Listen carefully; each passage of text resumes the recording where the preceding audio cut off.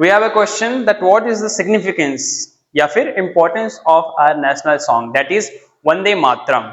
उसका क्या इंपॉर्टेंस था जब इंडिया स्ट्रगल कर रहा था, किसके लिए? फ्रीडम के लिए। किसके लिए? फ्रीडम के लिए। तो देखिए हमारा जो वंदे मातरम जो है नेशनल सॉन्ग है वो लिया गया है एक बुक से। किससे लिए गए हैं? बुक का नाम है आनंद मठ। क्या नाम है बुक का? आनंद मठ। उस बुक से लिया गया है। और ये जो आनंद मठ बुक है उसको लिखा किसने है?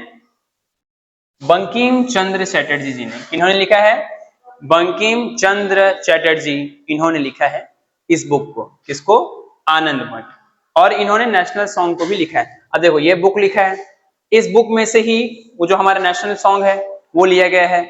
तो जो बुक लिखेगा वही तो हमारा नेशनल सॉन्ग भी लिखेगा ना, ऐसा है। फिर दिस सॉन्ग या फिर दिस सॉन्ग, ये जो है फीलिंग ऑफ पैट्रियोटिज्म। पैट्रियोटिज्म यानी होता है देशभक्ति या देश प्रेम। क्या होता है? देश प्रेम। इस गाने को गाकर लोगों के अंदर देश प्रेम यानी देश के लिए कुछ कर गुजरने की भावना उत्पन्न होती थी। क्या होती थी? Freedom in the hearts of Indians. आजादी के लिए उनके मन में समझो आग जल उठती थी during the national freedom struggle. जैसे कि सुने हो ना, ऐसा बोले हैं कि जो आजादी की देश के लिए काम नहीं आए वो खून नहीं वो पानी है। ऐसा करके जब नारेबाजी करते थे तो लोग जो है बहुत ज्यादा एकदम एनर्जाइज हो जाते थे कि अब देश के लिए कुछ ना कुछ करना है करके। Then we have next question. इसमें आपको समझिए, इसमें दो चीज याद रखनी है।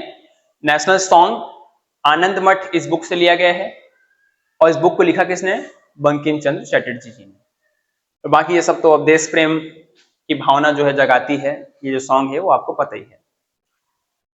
फिर नेक्स्ट क्वेश्चन ये है कि हमारे छत्तीसगढ़ स्टेट का, किसका? छत्तीसगढ़ का नेशनल एनिमल और नेशनल बर्ड क्या है?